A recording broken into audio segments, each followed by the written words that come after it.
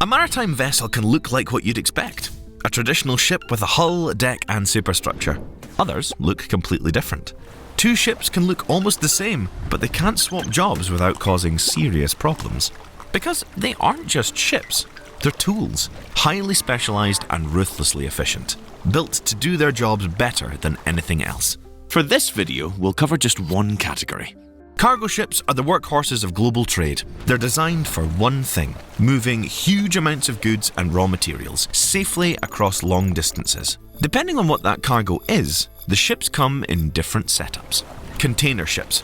These are the ones everyone thinks of when they imagine modern shipping. Containers come in standard sizes, most commonly 20 foot and 40 foot. The containers are lifted on and off the ship using cranes. Before containers, cargo was loaded piece by piece. Bags of coffee, crates of machinery, and it took weeks. Then, in 1956, Malcolm McLean put 58 containers on a ship and changed everything.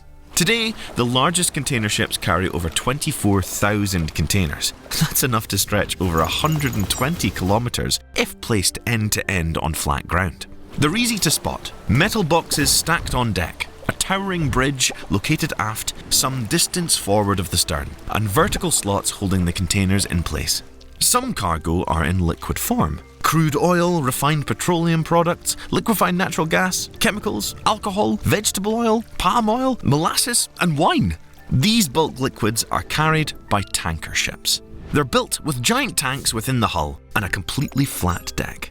The deck carries a network of pipes and pumps used for loading and discharging the liquid cargo. The tanks are even subdivided to prevent sloshing. Sloshing is simply the violent movement of liquid inside partially filled tanks, caused by ship motion, which can generate strong impact loads on tank walls and affect the ship's stability.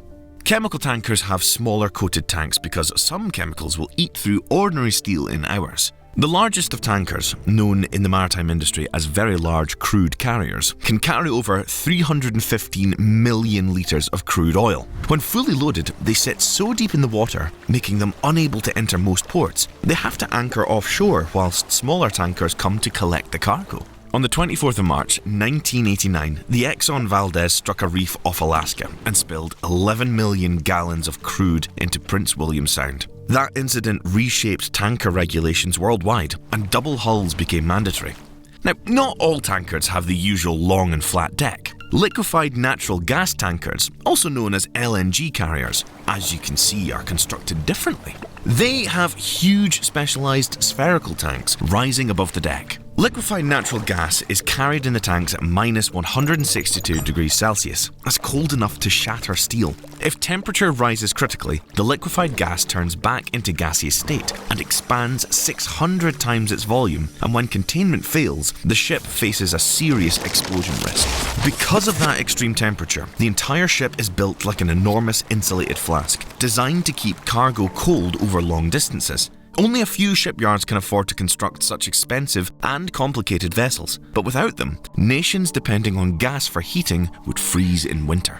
Like me, right now.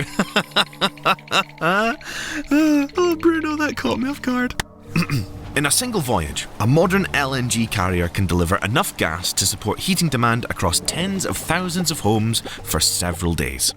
Then there are bulk carriers, ships that move dry cargo, but not the neat packaged kind. They handle the messy mountain-sized stuff. Coal, grain, iron ore, fertilizer, cement, bauxite, sugar and gypsum. Anything that can be poured, scooped or dumped straight into a cargo hold. They have huge open holes, big hatch covers on deck and cranes or conveyor systems to load and unload all that loose cargo. These ships don't care about looks. They're built for capacity and strength because a single cargo load can weigh more than multiple skyscrapers combined. But there's a risk. In rough sea conditions, bulk cargo loaded unevenly can turn into a landslide right inside the hold. The ship can capsize in minutes. In 2015, bulk carrier MV Bulk Jupiter sank while transporting bauxite across rough seas. The cargo inside the holds liquefied and shifted suddenly to one side, destroying the ship's stability. The vessel capsized within minutes, leaving crew almost no time to respond. Of the 19 people on board, only one survived.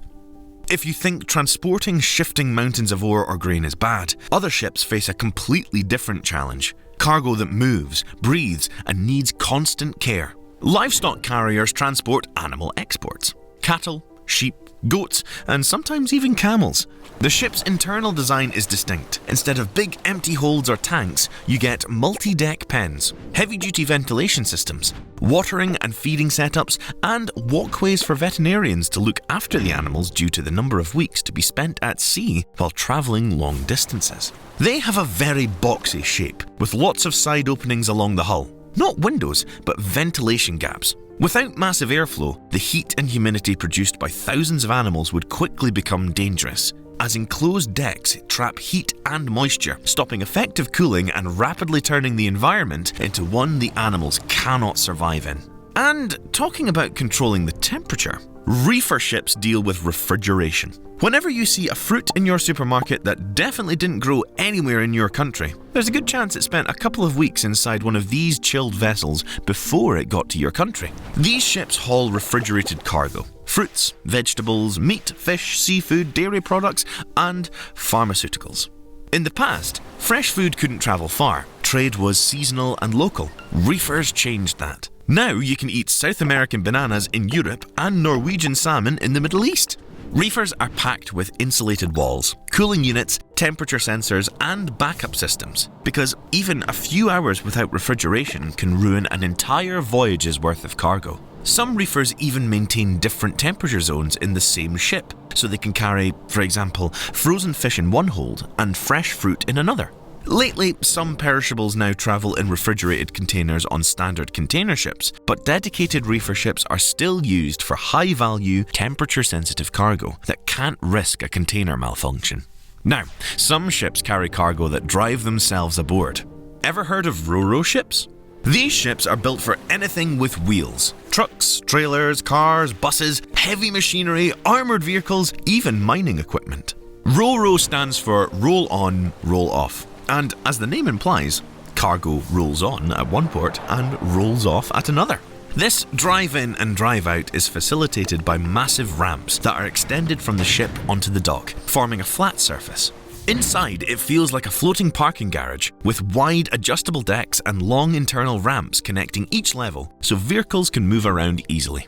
There is a more specialised type of Roro ship: pure car and truck carrier. These are built solely for cars, buses, and light trucks. The vehicles are driven on, secured with chains all through the voyage, and driven out at destination. A single PCTC can carry over 8,000 cars. That's more than most dealerships sell in a year. Common external features of Roro ships are their boxy, slab-sided appearance and rows of windows which are ventilation ports to prevent exhaust fumes from building up inside. Then there are the timber carriers, ships built specifically for hauling huge stacks of logs across the sea. Instead of keeping everything neatly sealed inside holds, these ships often carry the logs right out on the deck, strapped down in massive bundles. The hulls are reinforced to handle the weight and shifting forces, and the open deck layout makes loading and unloading much faster. Inside the holds, they can still carry processed wood or packaged timber, but the unmistakable sight is these long, rounded stacks of raw logs, lashed down with chains and running the length of the deck.